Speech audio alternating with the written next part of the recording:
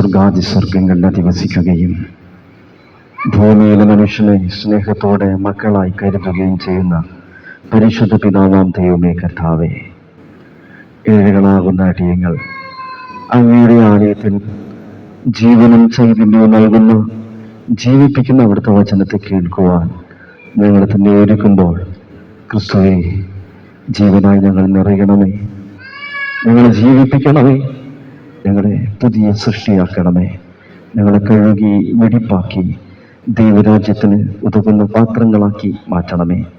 യേശു ക്രിസ്തുവഴിയായി ഞങ്ങൾ അപേക്ഷിക്കുന്നു. പ്രാർത്ഥന കേൾക്കണമേ. ആമേൻ. 2025 ആദ്യ ഞായറാഴ്ച കാണാൻ സഹായിച്ച പരിശുദ്ധനായ ദൈവത്തെ പൂർണ്ണ ഹൃദയത്തോടെ കരങ്ങൾ ഉയർത്തി സർവശക്തിയോടെ നമുക്ക് മഹത്വപ്പെടുത്താം. Hallelujah, hallelujah, hallelujah. ദൈവം നമ്മേവരെയും സമൃദ്ധമായി അനുഗ്രഹിക്കട്ടെ. പ്രിയമുള്ളവരെ, ദൈവം എത്ര വലിയവനാണ്, നമ്മെ സ്നേഹിച്ചിരിക്കുന്നു. ദൈവത്തിന്റെ സ്നേഹമല്ലാതെ നമ്മുടെ ജീവിതത്തിൽ നമ്മുടെ മികവെന്ന് പറയുക നമുക്കൊന്നുമില്ല. വളരെ സന്തോഷത്തോടുകൂടെ നമുക്കിന്ന് ഈ ആലയത്തിലായിരിക്കാൻ കഴിയുന്നു. 2025 ആദ്യത്തെ ഞായറാഴ്ച എനിക്ക് നിങ്ങളോട് പറയാനുള്ള ഏറ്റവും പ്രധാനമായ കാര്യം, ഒന്നാമത്തെ കാര്യം എന്നത് ബൈബിളിലേക്ക് മടങ്ങി വരിക. എവിടേക്ക് മടങ്ങി വരണം? ബൈബിളിലേക്ക് മടങ്ങി വരണം. പ്രവാചകന്മാരിലേക്ക് മടങ്ങി പോകാനല്ല പറഞ്ഞത്, പ്രോസ്പെരിറ്റി ഗോസ്പലിലേക്ക് മടങ്ങി പോകുവാനല്ല പറഞ്ഞത്, സഭകളിലേക്ക് മടങ്ങി പോകുവാനല്ല പറഞ്ഞത്, പുരോഹിതന്മാരിലേക്ക് മടങ്ങി പോകുവാനല്ല പറഞ്ഞത്. ബൈബിളിലേക്ക് മടങ്ങി പോകുക. ഈ ലോകത്തിലുള്ളത് നിങ്ങളുടെ കണ്ണുകളെ അടച്ചു കളയും. ഈ ലോകം നിങ്ങളെ ഇരുട്ടായി കളയും. എന്നാൽ നിങ്ങളെ ഇരുട്ടാക്കി കളയാതെ നിങ്ങളെ സത്യം പഠിപ്പിക്കുന്ന ഒന്നേ ഉള്ളൂ, അത് ക്രിസ്തുവിന്റെ വചനം മാത്രമാണ്. വചനത്തെ പല രീതിയിലും ആൾക്കാർ വ്യാഖ്യാനിക്കും. എന്നാൽ സത്യമായി തിരിച്ചറിയണമെങ്കിൽ നിങ്ങൾ വേദപുസ്തകം വായിക്കണം. നിങ്ങളോട് ചിലതൊക്കെ പറയാനുണ്ടെന്ന് ചില വ്യക്തികൾ ചില പ്രവചനങ്ങൾ പറയും. എന്നാൽ വചനം നിങ്ങളോട് പ്രവചിക്കും. ബൈബിൾ നിങ്ങളോട് സംസാരിക്കും. ഒരു ദിവസം കുറഞ്ഞത് ഒരു 2 പുറമെങ്കിലും ബൈബിൾ വായിക്കാൻ നിങ്ങൾ തയ്യാറാകണം. അത് വെറുതെ വായിക്കാനല്ല, പ്രാർത്ഥനയോടെ വായിക്കാൻ തയ്യാറാകണം. കഴിവതും പുതിയ നിയമം പ്രാർത്ഥനയോട് നിങ്ങൾ ബൈബിൾ വായിക്കുമ്പോൾ നിങ്ങളോട് നിങ്ങളുടെ ഉള്ളിൽ വചനം സംസാരിക്കുന്നതായി നിങ്ങൾക്ക് അറിയുവാൻ കഴിയും. വിശുദ്ധ വചനത്തെ യേശു പറയുന്നു, എന്നെ ഭക്ഷിക്കുന്നവൻ എന്നിലൂടെ ജീവിക്കുമെന്ന്.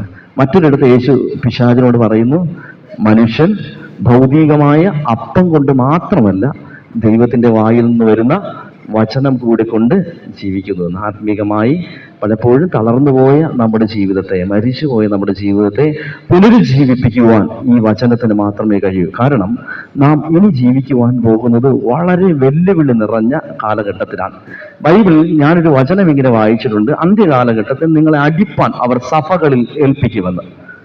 അപ്പോൾ ഒരുപക്ഷെ സഭകൾ തന്നെ ക്രിസ്തുവിനെതിരായി നിൽക്കുന്ന ഒരു സാഹചര്യത്തിലേക്ക് ഈ കാലഘട്ടം മാറിക്കൊണ്ടുപോകും. പല സഭകളിലും പല സാഹചര്യങ്ങളിലും ആ ലക്ഷണങ്ങൾ ഈ കാലഘട്ടങ്ങളിൽ വ്യക്തമായി നാം കണ്ടുകൊണ്ടിരിക്കുന്നതാണ്. നമുക്കറിയാം, യേശുവിനെ പരീക്ഷിക്കുവാൻ പിശാച് കൊണ്ടുപോയത് വിശുദ്ധ നഗരത്തിന്റെ മുകളിലേക്കാണ്. നമ്മെ പരീക്ഷിക്കുവാനും പലപ്പോഴും പിശാച് നിർത്തുന്നത് വിശുദ്ധ ആലയത്തിന്റെ അകത്തളങ്ങളിലാണ്. ഒരുപക്ഷെ വീട്ടിലെ പരീക്ഷണത്തിൽ നിങ്ങൾ വിജയിക്കാം, നാം പരാജയപ്പെട്ടു പോകുന്നത് ആലയത്തിലെ പരീക്ഷണങ്ങളിലാണ്. ഒറ്റ വാക്ക് മാത്രം, മനുഷ്യന്റെ ശബ്ദം, അത് വ്യാജം പറയും, അത് നിങ്ങളെ പറ്റിക്കും. പക്ഷെ സത്യമായി നിങ്ങളോട് പറയുന്ന ഒരേ ഒരു പുസ്തകം വിശുദ്ധ വേദ പുസ്തകമാണ്. അതിന് കേൾക്കാൻ, യേശുവിന്റെ ശബ്ദത്തെ കേൾപ്പാൻ നിങ്ങൾ ഈ നാളുകൾ ശ്രമിക്കണം. ഞാൻ ആഗ്രഹിക്കുന്നു, ഈ 2025 നിങ്ങളോട് അപ്രിയ സത്യങ്ങൾ പറയണമെന്ന്. അപ്രിയ സത്യങ്ങൾ പറഞ്ഞാൽ വെറുപ്പ് സമ്പാദിക്കും. പക്ഷേ ഈ 2025 മറഞ്ഞു കിടക്കുന്ന മൂടപ്പെട്ട ചില സത്യങ്ങൾ നിങ്ങൾ തിരിച്ചറിയണം. ആത്മീകമായ ചില സത്യങ്ങൾ തിരിച്ചറിയുവാൻ വേണ്ടി ദൈവത്തോട് പ്രാർത്ഥിക്കണം. ദൈവമേ, എന്നിൽ നിന്ന് മറഞ്ഞിരിക്കുന്ന ആത്മീക സത്യങ്ങളെ എനിക്ക് വെളിപ്പെടുത്തി തരണമേ.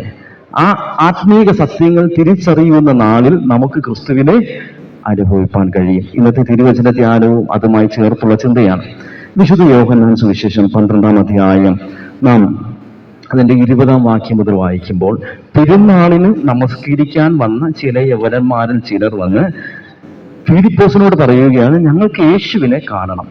പെരുന്നാളിന് നമസ്കരിക്കാൻ വന്ന, കുറച്ചുകൂടെ വ്യക്തമായി പറഞ്ഞ പുറംജാതിക്കാരായ ചില മനുഷ്യന്മാർ വന്നിട്ട് യേശുവിന്റെ ശിഷ്യന്മാരായ ഫിലിപ്പോസിനോട് പറയുകയാണ്, ഞങ്ങൾക്ക് യേശുവിനെ കാണണം. ഫിലിപ്പോസ് പോയി അന്ത്രയോസിനോട് പറഞ്ഞു. ഫിലിപ്പോസിന് നേരെ പോയി യേശുവിനോട് സംസാരിക്കാം, പക്ഷെ അവനത് ചെയ്തില്ല. അവൻ പോയി അന്ത്രയോസിനോട് പറഞ്ഞു.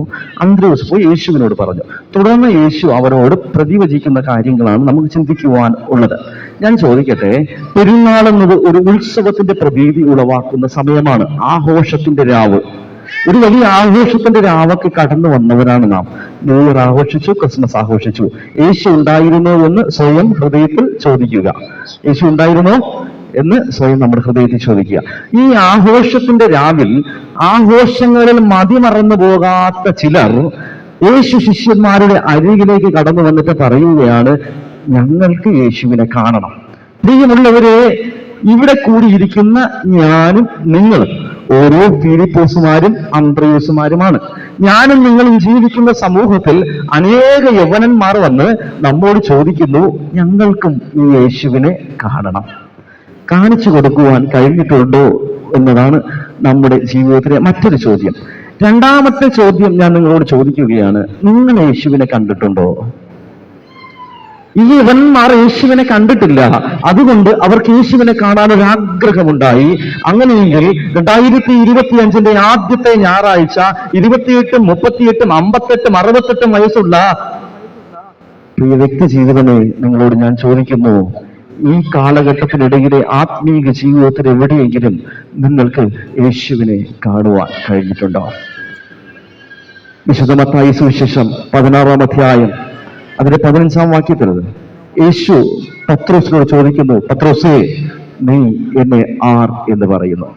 യേശു പത്രോസിനോട് ചോദിക്കുകയാണ്, കൂടെ നടന്ന ശിഷ്യനോട് ചോദിക്കുകയാണ്, പത്രോസ്, നീ എന്നെ ആർ എന്ന് പറയുന്നു. ഇതേ ചോദ്യം ഞാൻ നിങ്ങളോടും ചോദിക്കുകയാണ്, നിങ്ങൾ യേശുവിനെ ആർ എന്ന് പറയുന്നു. നമ്മൾ പറയും, ആരെന്ന് പറയും? യേശു ആരാ? യേശു ആരാ? ഇന്റർമീഡിയറ്റിലെ കുട്ടികൾ പറ, യേശു ആരാ? ഇവിടെ ഇന്റർമീഡിയറ്റിലെ കുട്ടികളില്ലേ? എന്നാൽ സീനിയറിലെ കുട്ടികൾ പറ, യേശു ആരാ? ഇവിടെ സീനിയറും ഇല്ലേ? എന്നാ പിന്നെ ശിശുവകുപ്പിലെ മക്കളെങ്കിലും പറ, യേശു ആരാ? ഇവിടെ ശിശുവകുപ്പ്, ഇവിടെ നോക്ക്, യേശു ആരാ? ഇനി വൃദ്ധരോടെങ്കിലും ചോദിക്കട്ടെ, യേശു ആരാ? നിശബ്ദതയാണ് മറുപടി. പത്രോസ് പറഞ്ഞു, യേശുവേ, നീ ജീവനുള്ള ദൈവത്തിന്റെ പുത്രൻ, നീ ജീവിക്കുന്ന ദൈവത്തിന്റെ പുത്രൻ. ഒരുപാട് ദൈവസങ്കല്പങ്ങളുള്ളൊരു കാലഘട്ടത്തിൽ എല്ലാം വിഗ്രഹങ്ങളാണ്. എന്നാൽ ഈ വിഗ്രഹങ്ങളുടെ മധ്യേ നിനക്കൊരു പ്രത്യേകതയുണ്ട്. നിന്റെ പ്രത്യേകത എന്നത് ജീവനുള്ള ദൈവത്തിന്റെ പുത്രനാണ്. ഈ ജീവനുള്ള ദൈവത്തിന്റെ പുത്രന്റെ പ്രത്യേകത എന്താ? അത് ജീവിപ്പിക്കുന്നവനാ, അവൻ ജീവിപ്പിക്കുന്നവനാ. പക്ഷെ നമുക്ക് യേശു ആരാ? നമ്മളെ സംബന്ധിച്ച് യേശു എന്നതൊരു മിറക്കിൾ മാൻ, അത്ഭുതങ്ങളെ പ്രവർത്തിക്കുന്നവൻ മാത്രമാണ്. പ്രിയമുള്ളവരെ, നമ്മുടെയൊക്കെ ജീവിതത്തിൽ യേശു, നമ്മൾ ദൈവത്തിന്റെ പുത്രൻ എന്നൊക്കെ പറയുമെങ്കിലും നമ്മൾ യേശുവിനെ സമീപിക്കുന്നത് ഒരു അത്ഭുതം പ്രവർത്തിക്കുന്നവന്റെ മുൻപിൽ എങ്ങനെ സമീപിക്കുന്നു അങ്ങനെ സമീപിക്കുന്നതാണ്. ചിലപ്പോൾ ഒരു ഡോക്ടറെ അടുത്ത് പോകും പോലെ പറയും, ചിലപ്പോൾ പലിശക്കാരൻ്റെ അടുത്ത് പോകും പോലെ പോകും, കർത്താവേ എനിക്കിത് വേണം, അല്ലേ? ചിലപ്പം ബ്രോക്കർ അടുത്ത് പോകും പോലെ പോകും. നമ്മൾ വ്യത്യസ്തങ്ങളായ രീതിയിലാണ് യേശുവിന്റെ അടുത്തേക്ക് പോകുന്നത്. ആരെങ്കിലും ജീവന് വേണ്ടി, നിത്യജീവന് വേണ്ടി എപ്പോഴെങ്കിലും യേശുവിന്റെ അരികിലേക്ക് പോയിട്ടുണ്ടോ? യേശുവിന് ചുറ്റും കൂടിയ പുരുഷാരത്തിന്റെ ആവശ്യവും അത്ഭുതം കാണുക, അത്ഭുതം പ്രാപിക്കുക. ഇഹലോകത്തിൽ യേശു പറയുന്നു, കോതമ്പ് മണി നിലത്ത് വീണ് ചത്തില്ല എങ്കിൽ അതങ്ങനെ തന്നെ ഇരിക്കും. ഈ 2025 ആദ്യ ഞായറാഴ്ച ഞാൻ നിങ്ങളോട് പറയുന്നു, ഒരു മനസ്സന്തരത്തിന്റെ, രൂപാന്തരത്തിന്റെ, വീണ്ടും ജനനത്തിന്റെ അനുഭവത്തിലേക്ക് മടങ്ങി വന്നില്ല എങ്കിൽ നമ്മുടെ ജീവിതം ഇങ്ങനെ തന്നെ അവസാനിക്കും. പിന്നെ ഒരു കഥയുമില്ല. ചാകാത്ത പുഴുവും കെടാത്ത തെയ്യുമുള്ള നിത്യ അഗ്നിയിലേക്ക് നമ്മെ വലിച്ചു കൊണ്ടുപോകും. 5 വർഷങ്ങൾക്ക് മുമ്പ് നമ്മെ ഭീതിയിലാഴ്ത്തിയ കോവിഡ് എന്ന മഹാമാരി മനുഷ്യനെത്ര നിസാരെന്ന് നമ്മൾ തിരിച്ചറിഞ്ഞു. വലിയവനും ചെറിയവനും ഒരുപോലെ കരഞ്ഞു, ഒരുപോലെ നിലവിളിച്ചു, ഒരുപോലെ രോഗിയായി, ബലഹീനനായി. ബലവാന്മാർ പലരും പട്ടുപോയി, ബലവാന്മാരുടെ ആരോഗ്യം തളർന്നുപോയി. തീർന്നില്ല പ്രിയമുള്ളവരെ, 2025 മിടുക്കന്മാർ വരുന്നുണ്ട്. എപ്പോഴാണ് എന്റെ സഹോദര മൃത്യു വരുന്നതെന്ന് ഒരു ഉറപ്പുമില്ല. പാട്ടുകാരൻ പറയുന്നു, രാത്രി നീ ഉറങ്ങുമ്പോഴോ, അതോ വാഹനത്തിൽ പോകുമ്പോഴോ, അതോ ജോലി സ്ഥലത്തായിരിക്കുമ്പോഴോ, അതോ ചന്തസ്ഥലത്തായിരിക്കുമ്പോഴോ എപ്പോൾ മൃത്യു വരുമെന്നൊരു ഉറപ്പുമില്ല. ഒരു ഉറപ്പുമില്ലാത്ത കാലഘട്ടത്തിൽ പ്രിയമുള്ളവരെ, ക്രിസ്തു നമ്മോട് ചോദിക്കുന്നു, മരിക്കാത്തൊരു ജീവിതം പ്രാപിപ്പാൻ തക്കവണ്ണം നീ നിന്റെ ആത്മീക ജീവിതത്തെ ക്രമപ്പെടുത്തിയിട്ടുണ്ടോ? അതോ ഭൗതികമായ സുഖങ്ങൾക്ക് വേണ്ടി ഓടി ഈ ശരീരത്തെ ഈ മണ്ണിലർപ്പിച്ച് നിത്യനാശത്തിലേക്കാണോ നിന്റെ യാത്ര? പാട്ടുകാരൻ പറയുന്നു, വയ്ക്കരുതിനി ഒരടി പോലും നിന്റെ പാദം ശരിയായ വഴി നീ തിരിച്ചറിയുന്നതിന് മുമ്പേ ഒരടി നീ പാദം വെച്ചാൽ നീ വീണ്ടും പോകും. ശരിയായ വഴി ഈ നാടുകൾ തിരിച്ചറിയണം. യേശു പത്രോസിനോട് ചോദിച്ചു, ഞാൻ ആരാ? അവൻ പറഞ്ഞു, ജീവനുള്ള ദൈവത്തിന്റെ പുത്രനായ ക്രിസ്തു.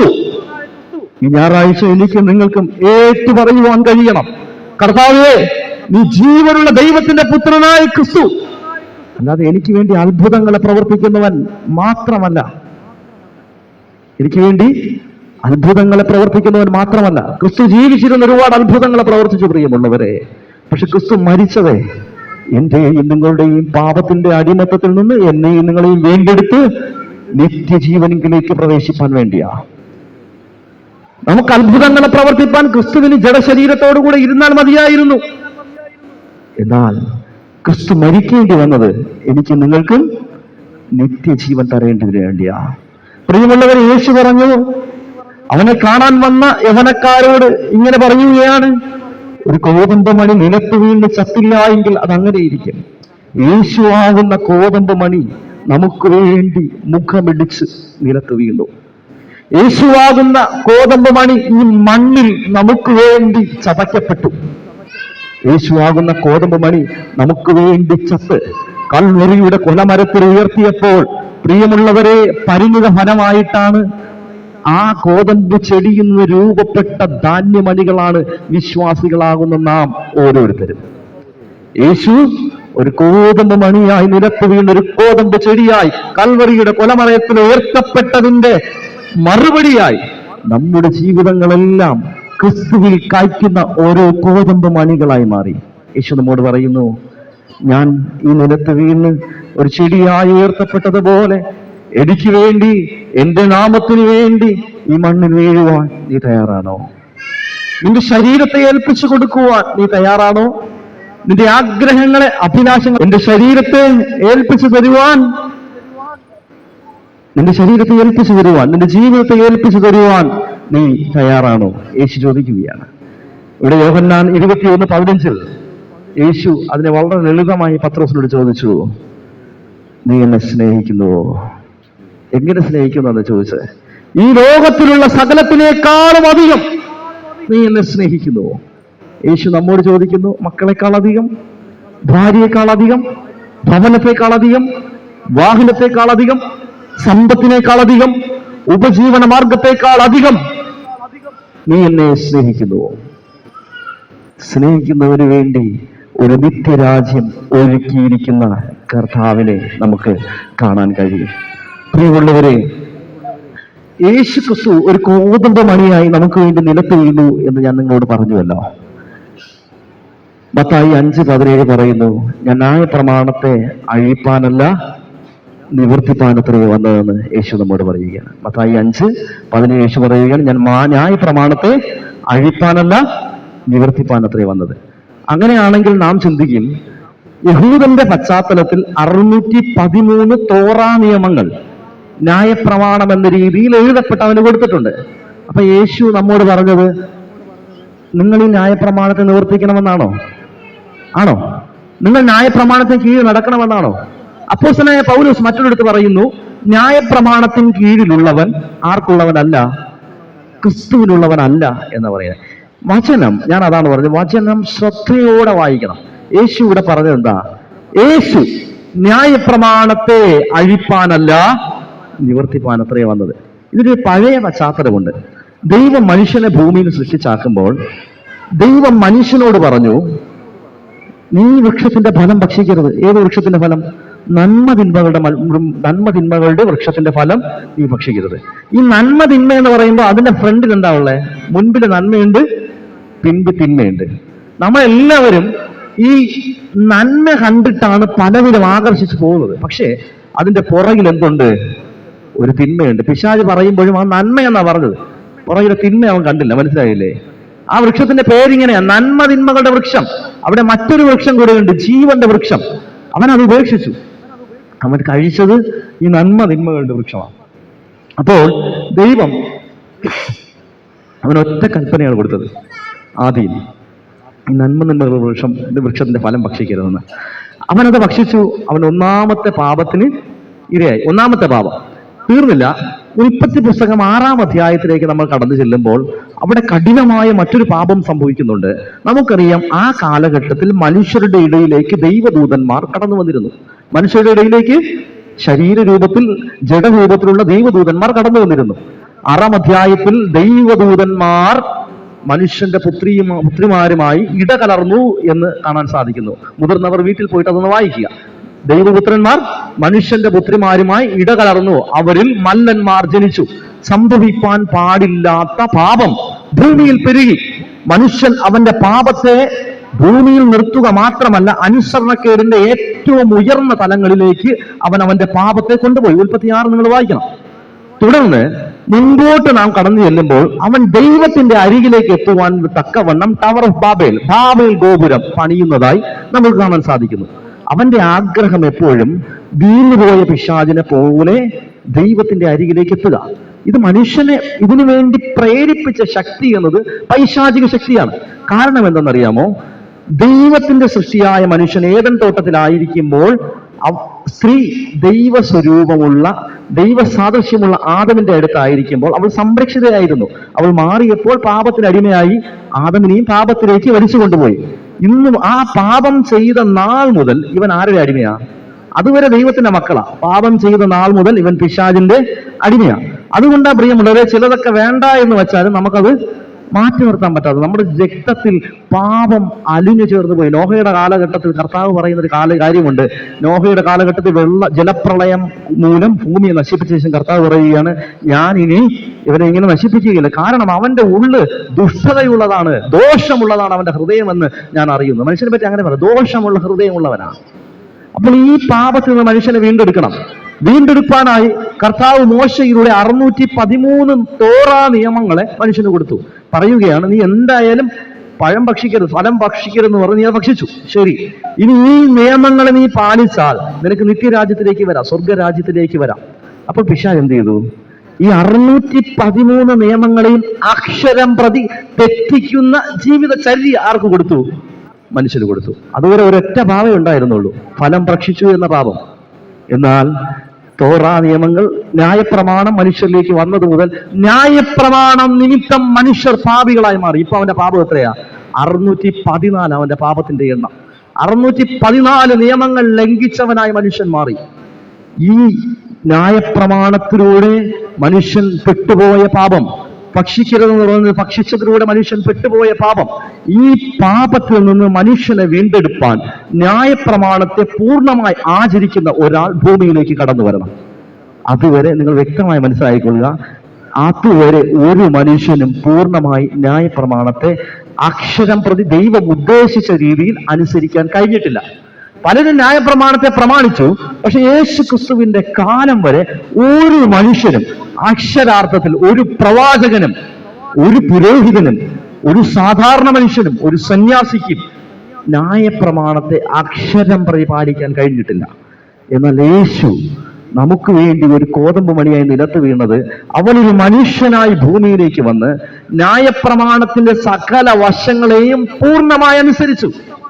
ചില ന്യായപ്രമാണത്തിന്റെ തിന്മയായ വശങ്ങളെ അവൻ നീക്കിയിട്ട് പൂർണ്ണമായി ഇതനുസരിച്ചവനായി ക്രിസ്തു നമുക്ക് വേണ്ടി മരിച്ച ശേഷം ക്രിസ്തു അവന്റെ ആത്മാവിനെ നമുക്ക് വേണ്ടി തന്നു. ഇവിടെ നിങ്ങൾ വ്യക്തമായി മനസ്സിലാക്കേണ്ട ഒരു കാര്യമുണ്ട്. എല്ലാ ഡിസംബർ 31-നും എല്ലാ ജനുവരി 1-നും നമ്മൾ പുതിയ തീരുമാനങ്ങൾ എടുക്കും. എന്നിട്ട് നമ്മൾ പറയും, ഞാൻ ഇന്ന സ്വഭാവങ്ങളൊക്കെ നീക്കി വെച്ചു, ഇനി മുതൽ ഞാൻ നല്ലവളായിരിക്കും, ഇനി മുതൽ ഞാൻ നല്ലവനായിരിക്കും. 2 ദിവസത്തിൽ കൂടുതൽ പോയിട്ടുണ്ടോ? ഒരാഴ്ചയിൽ കൂടുതൽ പോയിട്ടുണ്ടോ? എന്തുകൊണ്ടാ പോവാത്തെ? പ്രിയമുള്ളവരെ, ക്രിസ്തുവിനെ കൂടാതെയുള്ള എല്ലാം നല്ലവരാകുവാൻ വേണ്ടിയുള്ള ശ്രമങ്ങളും വിഫലമാണ്. ഏദൻ തോട്ടത്തിൽ സംഭവിച്ചത് അതാണ്. യേശുവിനെ കൂടാതെ നന്മ ചെയ്യാൻ ശ്രമിച്ചു, നന്മ തിന്മയായി ഭവിച്ചു. നന്മ തിന്മയായി ഭവിച്ചു. നാം ഈ കാലഘട്ടത്തിൽ യേശുവിനെ കൂടാതെ പല നന്മകളും ചെയ്യാൻ ശ്രമിക്കുന്നുണ്ട്, അത് തിന്മയായി ഭവിക്കുന്നുണ്ട്, അല്ലേ? നാം പലർക്കും പല നന്മ മരങ്ങളും പടുവൃക്ഷങ്ങളായി പോയത് ദൈവത്തെ കൂടാതെ നന്മ ചെയ്യാൻ ശ്രമിച്ചതുകൊണ്ടാണ്. പിന്നത്തേതിൽ നന്മയ്ക്ക് വേണ്ടി തുടങ്ങുന്നതാണ്, പിന്നത്തേതിൽ സ്വാർത്ഥമോഹങ്ങളായി മാറും. സഭ ചില നല്ല കാര്യങ്ങളൊക്കെ ചെയ്യും, പിന്നെ അത് ഗ്രൂപ്പിന് വേണ്ടിയാവും. വ്യക്തികൾ ചില നല്ല കാര്യങ്ങളൊക്കെ ചെയ്യും, അത് രാഷ്ട്രീയത്തിന് വേണ്ടിയാകും, പിന്നെ അത് വോട്ടിന് വേണ്ടിയാകും. എന്താ ചെയ്ത നന്മയുടെ പുറകിൽ അകത്ത് ക്രിസ്തു ഇല്ലാത്തത് കൊണ്ട് അതിന്റെ പുറകിൽ ഒരു തിന്മ ഒളിച്ചിരിപ്പുണ്ടായിരുന്നു. മനുഷ്യൻ എന്തിനു ചൂസ് ചെയ്തു? തിന്മയെ ചൂസ് ചെയ്തു. ഞാൻ പറഞ്ഞല്ലോ, ക്രിസ്തു നമുക്ക് വേണ്ടി സകല ന്യായ പ്രമാണത്തെയും അനുസരിച്ചിട്ട് അവൻ നമുക്കൊരു പ്രമാണത്തെ തന്നു. ആ പ്രമാണത്തിന്റെ പേര് സ്നേഹമെന്നാണ്. ക്രിസ്തുവിനെ നാം ഹൃദയത്തിൽ സ്വീകരിച്ചാൽ, പ്രിയമുള്ളവരെ, ഈ ന്യായപ്രമാണത്തെ പറ്റി നിങ്ങൾ ബോധർ ചെയ്യണ്ട, നിങ്ങൾ ദുസ്വഭാവത്തെ പറ്റി നിങ്ങൾ വിഷമിക്കണ്ട, നിങ്ങളുടെ ജീവിതത്തിലെ ക്രമം കെട്ട ജീവിത രീതിയെപ്പറ്റി നിങ്ങൾ ആകുലപ്പെടേണ്ട. കാരണം ക്രിസ്തു നിങ്ങളുടെ ഉള്ളിലുണ്ടെങ്കിൽ നിങ്ങൾ ഒരു തിന്മയും പ്രവർത്തിക്കില്ല. ഇന്ന് ഉടമ്പടി ഞായറിൽ നിങ്ങൾ എല്ലാവരും ഒരു തീരുമാനമെടുക്കണം. എൻ്റെ ഉള്ളിൽ ആരുണ്ട്? യേശുണ്ട്. എൻ്റെ ഉള്ളിൽ യേശുണ്ട്. എൻ്റെ ഉള്ളിൽ യേശു ഉള്ളത് കൊണ്ട് എനിക്ക് കോപിക്കാൻ കഴിയുകയില്ല. എൻ്റെ ഉള്ളിൽ യേശു ഉള്ളത് കൊണ്ട് എനിക്ക് അസൂയപ്പെടുവാൻ കഴിയുകയില്ല. എൻ്റെ ഉള്ളിൽ യേശു ഇരിക്കുന്നത് കൊണ്ട് എനിക്ക് വെറുക്കുവാൻ കഴിയുകയില്ല. ഞാനൊരു കാര്യം ചോദിക്കട്ടെ, ഒരു പരസ്യമായ കവലയിൽ നിങ്ങളുടെ മക്കളെ പറ്റി മോശമായിട്ട് ചെയ്യാത്ത കുറ്റത്തിനെ അവഹേളിക്കുന്ന രീതിയിൽ ചിലത് പറയുകയാണ്. നിങ്ങൾ എന്ത് ചെയ്യും? മിണ്ടാണ്ടിരിക്കുമോ? പ്രതികരിക്കും. എന്തുകൊണ്ടാ? നിങ്ങളുടെ മനസ്സിൽ നിങ്ങളുടെ മക്കൾ, ഭാര്യ, ഭർത്താവ്, അവർക്കൊരു പ്രഷ്യസ്, ഒരു വിശുദ്ധ സ്ഥാനം നിങ്ങൾ കൊടുത്തിട്ടുണ്ട്. അങ്ങനെയെങ്കിൽ വിശുദ്ധരിൽ അതിവിശുദ്ധനായ ക്രിസ്തു നമ്മുടെ ഉള്ളുകളിൽ വസിക്കുമ്പോൾ നമുക്ക് കോപിക്കാൻ പറ്റുമോ? നമുക്ക് ദേഷ്യപ്പെടുവാൻ പറ്റുമോ? നമുക്ക് പകയ്ക്കാൻ പറ്റുമോ? നമുക്ക് സഹോദരനെ സ്നേഹിക്കാതിരിക്കാൻ പറ്റുമോ? നമുക്ക് വെറുക്കാൻ പറ്റുമോ? നമുക്ക് തിന്മ പ്രവർത്തിക്കാൻ പറ്റുമോ? നമുക്ക് ദുശാഠ്യക്കാരനാകാൻ പറ്റുമോ? സ്നേഹമില്ലാത്തവൻ ക്രിസ്തുവിനുള്ളവനല്ല, പ്രിയമുള്ളവരെ. അതാരായാലും ക്രിസ്തുവിന്റെ സഹനത്തിന്റെ ചക്കിൽ വീണ് മുറുക്കപ്പെട്ട് എളിമയും വിനയവും സ്നേഹവും ഇല്ലാത്ത ജീവിതചര്യയാണ് എനിക്ക് നിങ്ങൾക്കുമുള്ളതെങ്കിൽ എന്നെയും നിങ്ങളെയും ഭരിക്കുന്നത് ക്രിസ്തുവല്ല, മറ്റേതോ അദൃശ്യ ശക്തിയാ. നാം ദൈവരാജ്യത്തിലുള്ളവരല്ല. കോപിക്കുന്നവനിൽ ദൈവമില്ല, പ്രിയമുള്ളവരെ. വെറുക്കുന്നവനിൽ ദൈവമില്ല, പ്രിയമുള്ളവരെ. പരിഹാസിയിൽ ദൈവമില്ല, പ്രിയമുള്ളവരെ. ദൈവം സ്നേഹമാണെന്ന് തിരിച്ചറിയുക. ആ ദൈവം നമ്മുടെ ഉള്ളിലുള്ളപ്പോൾ നമുക്ക് മദ്യപിക്കാൻ കഴിയില്ല. വ്യഭിചാര ചിന്തകൾ നമ്മുടെ ഉള്ളിലേക്ക് വരില്ല. വന്നാലും നമ്മൾ അതിനെ മാറ്റിവെക്കും. വഴിവിട്ട ബന്ധങ്ങളിലേക്ക് നമ്മൾ പോവുകയില്ല. കേൾക്കാൻ പാടില്ലാത്തത് നാം കേൾക്കില്ല. കാര്യം അകത്തിരുന്ന് ക്രിസ്തു കേൾക്കുന്നുണ്ട്, അത് പാടില്ല. ഏതെങ്കിലും അപ്പന്റെ പ്രസൻസിൽ മക്കൾ തിന്മ പ്രവർത്തിക്കുമോ? ഏതെങ്കിലും അമ്മയുടെ മുൻപിൽ വെച്ച് ചെയ്യാൻ പാടില്ലാത്ത കാര്യങ്ങൾ മക്കൾ ചെയ്യുമോ? നമുക്കൊരു മൊറാലിറ്റി ഇല്ലേ? ഒരു മറയില്ലേ? അതിനല്ലേ നാം വീടുകളിൽ റൂമുകൾ ക്രമപ്പെടുത്തിയിരിക്കുന്നത്? അങ്ങനെയെങ്കിൽ ക്രിസ്തുവിലുള്ളവന്റെ ജീവിതത്തിൽ ഒരു രഹസ്യഭാവമില്ലെന്നേ. അവൻ ക്രിസ്തുവിനാൽ ശരിയായ ജീവിതം നയിക്കുന്നവനായിരിക്കും. ഇന്ന് ആളുകളിൽ നമുക്ക് ക്രിസ്തുവിനെ നമ്മുടെ ഹൃദയത്തിലേക്ക് കൊണ്ടുവരും. അല്ലാതെ നിങ്ങളാരും സ്വയം നന്നാവാൻ വേണ്ടി ശ്രമിക്കേണ്ട. നമ്മൾ ഈ 613 നിയമം കൊണ്ടുവന്നിട്ട് ഇതെല്ലാം ഞാൻ പാലിക്കാൻ പോകണമെന്ന് ചോദിച്ചാൽ ഒരു ദിവസം മാക്സിമം കൊണ്ടുപോകാൻ പറ്റും. ഒരു ദിവസവും പോവില്ല. അതിനു മുമ്പേ നമ്മൾ വീണ്ടും പോകും. കാര്യം അത്രയ്ക്ക് പ്രലോഭനം നിറഞ്ഞ, അത്രയ്ക്ക് പ്രതികൂലം നിറഞ്ഞ കാലഘട്ടത്തിലാണ് ഞാൻ നിങ്ങളൊക്കെ ജീവിക്കുന്നത്. ആരെയും കുഴപ്പമില്ല. സാത്താന്യ ശക്തികൾ അത്രയും പ്രബലമായിരിക്കുന്നു. അന്ത്യകാലഘട്ടത്തിൽ ദുഷ്ടൻ സകലരുടെ മേലും വ്യാപരിക്കുന്നുണ്ട്. കാരണം അവനും അവന്റെ രാജ്യത്തിലേക്ക് കുറച്ചുപേർ വേണ്ടേ. എന്നാൽ ദൈവരാജ്യത്തിന്റെ വചനത്തെ ഉള്ളിലാക്കി ദൈവരാജ്യത്തിലേക്ക് പറന്നു പോകുന്നവരായിട്ട് നമുക്ക് മാറണം. അതുകൊണ്ട് നാം ആരെ ഉള്ളിലേക്ക് സ്വീകരിക്കണം? ക്രിസ്തുവിനെ ഉള്ളിൽ സ്വീകരിക്കും. ക്രിസ്തു ഉള്ളവന്റെ അരികിലേക്ക് ഒരു ദുഷ്ടശക്തിക്കും കടന്നു വരുവാൻ കഴിയുകയില്ല. ഞാൻ പറഞ്ഞല്ലോ, ഏദൻ തോട്ടത്തിൽ ആദം ഉണ്ടായിരുന്നപ്പോഴല്ല പിശാച് ഹവ്വയുടെ അരികിലേക്ക് പോയത്, അതിൽ നിന്ന് മാറി നിന്നപ്പോഴാണ്. അങ്ങനെയെങ്കിൽ പഴയ ആദം പാപത്തിനടിമയായി മരിച്ചു. എന്നാൽ പുതിയ ആദമായ ക്രിസ്തു നമുക്ക് വേണ്ടി മരിച്ച് നമുക്ക് വേണ്ടി ജീവൻ തന്നു. എങ്ങനെ? പുതിയ ആദമായ ക്രിസ്തു നമുക്ക് വേണ്ടി മരിച്ച് നമുക്ക് വേണ്ടി ജീവൻ തന്നു. ഈ നാളുകളിൽ പുതിയ ആദമായ ക്രിസ്തു നമ്മളോട് കൂടെ ഉള്ളപ്പോൾ ഒരു പൈശാചിക ശക്തികളും ഒരു തിന്മകളും ഒരു ദുഷ്ടബന്ധനങ്ങളും ഒരു ശാപത്തിന്റെ ദുഷ്ടലോകത്തിന്റെ അധികാരങ്ങളും നമ്മുടെ മേൽ കടന്നു വരികയില്ല. കാരണം അവൻ നമ്മുടെ ഉള്ളിലുള്ളപ്പോൾ നമ്മൾ പ്രകാശിക്കുന്നത് അവന്റെ തേജസ്സാണ്. ആ തേജസ്സിനാൽ നിറഞ്ഞിരിപ്പാൻ പ്രിയമുള്ളവരെ നമുക്ക് കഴിയണം. ഒരു ക്രിസ്ത്യാനി എന്ന രീതിക്ക് നമുക്ക് ക്രിസ്തുവിനെ ഉള്ളിൽ വഹിക്കാൻ കഴിയണമെന്നാണ് ഞാൻ നിങ്ങളോട് പറയുന്നത്. ഒരു നിമിഷം നാം അവനിൽ നിന്ന് മാറിയിരുന്നാൽ നമ്മുടെ ചിന്തകളെ ദുഷ്ടൻ കൊണ്ടുപോകും. ഒരു നിമിഷം നാം മറ്റു ചിന്തകളിലേക്ക് പോയാൽ നമ്മെ അവൻ തളർത്തിക്കളയും. നമുക്കറിയാം, യേശു ക്രിസ്തു 40 രാവും 40 പകലും ഉപവസിച്ച ശേഷം ഒന്നാമത്തെ പരീക്ഷണം എന്തായിരുന്നു? ക്രിസ്തു വിശന്നു. പിശാച് അടുത്ത് പോയി കുറച്ച് കല്ലുകളൊക്കെ യേശുവിനെ കാണിച്ചിട്ട് പറഞ്ഞു, ഇതാ ഭക്ഷിച്ചുകൊള്ളുക. നീ ദൈവത്തിന്റെ പുത്രനാണല്ലോ, നിനക്ക് കല്ലുകൾ അപ്പാക്കാൻ പറ്റും, എനിക്കറിയാം. കാരണം മാറായി വെള്ളം കൊടുത്തവനാണ്, ആകാശത്തുനിന്ന് മഞ്ഞ വർഷിപ്പിച്ചവനാണ്, നിനക്ക് പറ്റും. നീ അതുകൊണ്ട് എന്ത് ചെയ്യുക? ഈ കല്ലുകൾ അപ്പമാക്കി ഭക്ഷിക്കാൻ പറ്റുക. കർത്താവ് പറയുകയാണ്, മനുഷ്യൻ അപ്പം കൊണ്ട് മാത്രമല്ല ദൈവത്തിന്റെ വായിൽ നിന്ന് വരുന്ന വചനത്താലും ജീവിക്കുന്നു. വചനത്താൽ ജീവിക്കാൻ പറ്റണം. പ്രധാനമായി രണ്ടാമത്തെ കാര്യം, അതിൽ നിങ്ങൾ മറ്റൊരു കാര്യം കൂടെ മനസ്സിലാക്കണം. പിശാച് എന്താ? യേശുവിന്റെ ആ സമയത്തെ ആവശ്യത്തെ തിരിച്ചറിഞ്ഞു. 40 രാവും 40 പകലും ഭക്ഷണം കഴിക്കാതിരിക്കുന്നതിന് വിശപ്പുണ്ടാവും. പ്രിയമുള്ളവരെ, പിശാച് നിങ്ങളെ പരീക്ഷ ചെയ്യാൻ വരുന്നത് നിങ്ങളുടെ കറണ്ടായിട്ടുള്ള ആവശ്യത്തെ അറിഞ്ഞിട്ടാണ്. നിങ്ങൾക്ക് എന്താവശ്യമെന്ന് അവനറിയാം. ആ വിഷയത്തിന്മേൽ ഒരു പരീക്ഷണം തരും. ആ പരീക്ഷണത്തിന് അവൻ നിങ്ങൾക്ക് തരുന്നത് ആകുലതയാണ്, ഒരു വറി തരും. എന്താ? അയ്യോ, എന്താകും, നാളെ എന്താകും, മക്കൾ എന്താകും, കലത്തിന് ഒന്നുമില്ല, എന്താകും, ഒരു വറി. പിശാചിന്റെ ഒന്നാമത്തെ പരീക്ഷണം എന്നത് ആകുലതയാ. ചിലതിനെ കുറിച്ച് ആവശ്യമില്ലാത്ത ആകുലതകൾ കൊണ്ട് നമ്മെ അങ്ങ് തളർത്തിക്കളയും. വീണു പോകരുത്. കർത്താവെ നിലനിൽക്കാൻ പഠിക്കണം. എൻ്റെ ജീവിതത്തിൽ ഞാൻ എൻ്റെ അനുഭവം ചേർത്ത് വെച്ച് പറയുക. എനിക്ക് ഭയങ്കര ആകുലതകളാണ്. പക്ഷേ ഞാൻ ഈ പ്രസംഗം പ്രിപ്പയർ ചെയ്യുന്ന സമയം മുതൽ ആദ്യം ഇത് അനുസരിക്കുന്നുണ്ട്. ചിലതൊക്കെ ഈ അടുത്ത കാലത്ത് ഞാൻ അങ്ങ് ശ്രമിക്കുന്നുണ്ട്, അനുസരിച്ചിട്ട് പറയാൻ ശ്രമിക്കുന്നുണ്ട്. അപ്പൊ ഞാൻ 2 ദിവസം കൊണ്ട് കർത്താവ് എൻ്റെ കൂടെ കൊണ്ട് നടക്കുന്നുണ്ട്, എൻ്റെ ഹൃദയത്തിൽ. അപ്പോൾ ഒരു മിനിറ്റ് എൻ്റെ ഹൃദയത്തിൽ നിന്ന് അവനൊന്ന് മാറിപ്പോയാൽ ഈ ആകുലത, എന്തെന്നില്ലാത്ത ചില ആകുലതകളൊക്കെ അകത്തോട്ട് കയറി വരും. അപ്പൊ പെട്ടെന്ന് ഞാൻ വിളിക്കും, കർത്താവേ എന്നെ അകന്നിരിക്കരുതേ. കാരണം കർത്താവിനെ മൂടാൻ തക്കവണ്ണം ചില പാപങ്ങളുമായി അവൻ കാത്തിരിപ്പുണ്ട്, ചില പ്രലോഭനങ്ങളുമായി അവൻ കാത്തിരിപ്പുണ്ട്. വീണ്ടും പോകരുത്. രണ്ടാമത് യേശുവിനെ കൂട്ടിക്കൊണ്ട് വിശുദ്ധ നഗരത്തിലേക്ക് പോയി. അവിടെ പോയിട്ട് പറയുക, വചനം പറഞ്ഞു. നേരത്തെ വചനം പറഞ്ഞിട്ടാണല്ലോ രക്ഷപ്പെട്ടത്. അവിടെ പോയിട്ട് ഇപ്പൊ വചനം പറയുക. ആരെടുത്ത്? ആരാ വചനം പറഞ്ഞത്? പിശാചാ വചനം പറഞ്ഞത്. എന്താ പറഞ്ഞേ? താഴോട്ട് ചാടുക, നിന്നെ കാക്കാൻ അവന്റെ ദൂതന്മാരോട് കൽപ്പിക്കും. പിശാച് ചില വചനങ്ങളൊക്കെ നിങ്ങളെ പറഞ്ഞ് പ്രലോഭിപ്പിക്കും. ഇന്നെടുത്ത് വാ, ഇന്ന അനുഗ്രഹം തരാം, ഇന്നത് ചെയ്, ഇന്ന അനുഗ്രഹം തരാം, ഇന്നത് വാങ്ങിച്ച് കയ്യിലിട്, ഇന്ന അനുഗ്രഹം തരാം എന്നൊക്കെ പറഞ്ഞ് പിശാചിന്റെ ചില വേദാന്തങ്ങളൊക്കെ ഈ കാലഘട്ടത്തിൽ, അതാണ് ഞാൻ പ്രാരംഭം പറഞ്ഞത്, കേൾക്കുന്നതൊന്നും സത്യമല്ല. സത്യം വിശുദ്ധ വേദപുസ്തകം മാത്രമാണ്. അതുകൊണ്ട് യേശു ആമേൻ ആമേൻ എന്നതിന്റെ അർത്ഥം സത്യം സത്യമായി ഞാൻ നിങ്ങളോട് പറയുന്നു എന്നാ. അപ്പോ പിശാചിന്റെ വചനം കേൾക്കരുത്. അവൻ പറഞ്ഞത് താഴോട്ട് ചാട്. പല ചാട്ടത്തിനും പിശാച് നമ്മെ നിർബന്ധിക്കുന്നുണ്ട്. പല ചാട്ടത്തിനും നമ്മെ നിർബന്ധിക്കുന്നത്. വേദപുസ്തകത്തിലെ പല കോട്ടിങ്ങുകളും അവൻ നമ്മുടെ ഉള്ളിൽ കൊണ്ടുവരും. ചില വചനങ്ങളൊക്കെ പറയും, അബ്രഹാം ഇത് ചെയ്തില്ലേ, ദാവീദ് ഇത് ചെയ്തില്ലേ, നിനക്ക് ആവാം അല്ലേ, ഇങ്ങനെ നമ്മെ പ്രലോഭിപ്പിക്കും. വീഴരുത് പ്രിയമുള്ളവരെ. യേശു അവിടെയും വീണില്ല. പിന്നെ എന്തായത്? എവിടെ കൊണ്ടുപോയത് പരീക്ഷിക്കാനായിട്ട്? വിശുദ്ധ നഗരത്തിലേക്കാണ് കൊണ്ടുപോയത്.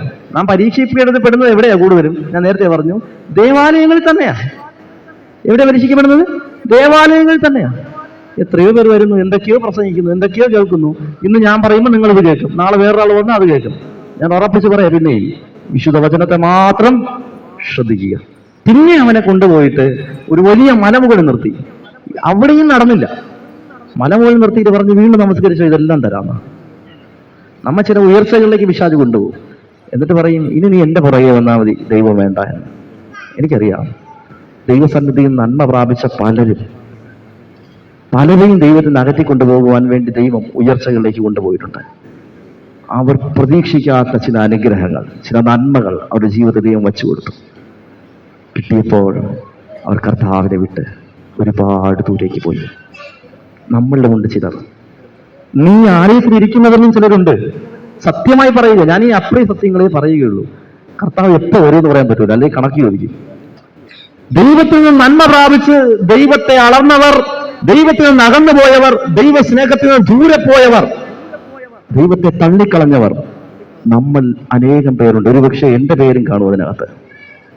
ഉയർച്ചകളുടെ മധ്യേ കർത്താവ് ചോദിക്കുന്നു, അവിടെ പറയുക, കർത്താവ് എന്താ പറഞ്ഞു അവിടെ പിശാചിനോട്? എന്നെ വിട്ടു പോയിക്കൊള്ളുക. പ്രിയമുള്ളവരെ, ഈ നാടുകളിൽ പിശാചിന്റെ പരീക്ഷണങ്ങളെ അതിജീവിപ്പാനും ക്രിസ്തുവിനെ ഉള്ളിൽ നിലനിർത്തുവാനും നമുക്ക് കഴിയണം. നമുക്ക് ഓരോരുത്തർക്കും ഓരോ കോതമ്പ് മണികളായി മാറാം. ഞാൻ പറഞ്ഞല്ലോ, ആദമുണ്ടായിരുന്നപ്പോൾ സ്ത്രീയുടെ അരികേക്ക് ഒരു പിശാചിന്റെ പ്രസൻസ് ഇല്ലായിരുന്നു, സാത്താന്റെ പ്രസൻസ് ഇല്ലായിരുന്നു. ക്രിസ്തു നമ്മുടെ ജീവിതത്തിലുള്ളപ്പോൾ നമ്മുടെ മേൽ യാതൊരുവിധ സാത്താന്യ ശക്തികളും കടന്നു വരികയുള്ളൂ. പ്രലോഭനത്തിൽ നമ്മുടെ ജീവിതത്തിൽ അധികാരം അവകാശമില്ല. നമുക്ക് നമ്മെ തന്നെ ക്രിസ്തുവിന്റെ സന്നിധിയിൽ ഏൽപ്പിച്ചു കൊടുക്കാം. ഒരു പുതിയ ജീവിതത്തിൽ, ഉടമ്പടിയുടെ ജീവിതത്തിൽ ക്രിസ്തു ഉള്ളവരായി ഈ നാളുകൾ ജീവിപ്പാൻ